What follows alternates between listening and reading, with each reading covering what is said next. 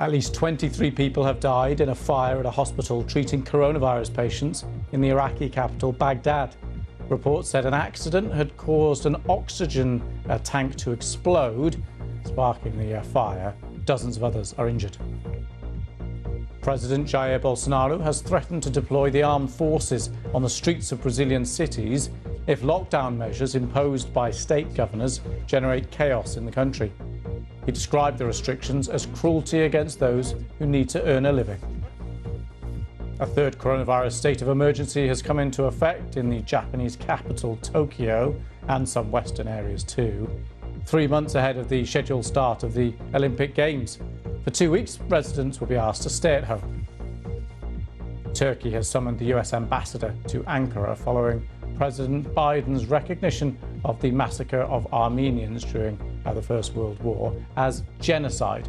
Turkey has always fiercely denied that the deaths were systematically orchestrated by the Ottoman Empire. People across Australia and New Zealand have stopped to remember the 106th anniversary of the First World War landing of ANZAC troops at Gallipoli. Thousands gathered for the dawn service at the Australian War Memorial in Canberra, marking the first time in 2 years that public commemorations have been possible. While the century-old tradition won't be quite the same as pre-pandemic times, services and marches are being held across both nations to honour the sacrifices of military forces.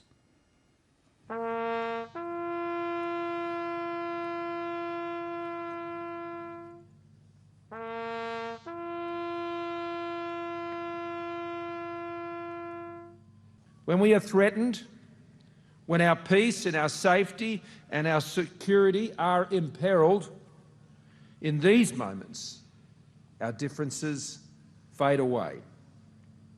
On this Anzac Dawn, we remind ourselves of the sacrifices, the courage, the selflessness which helped make our country what it is today.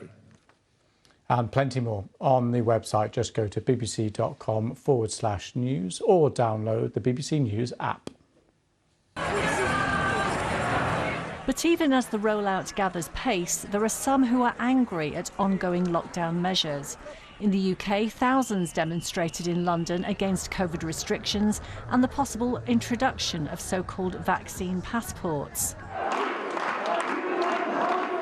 Marches also in Germany against stricter rules brought in last week, including overnight curfews in some areas. And in Switzerland too, protesters took to the streets. For these people, the return to normality is taking too long. Aruna Iyengar, BBC News.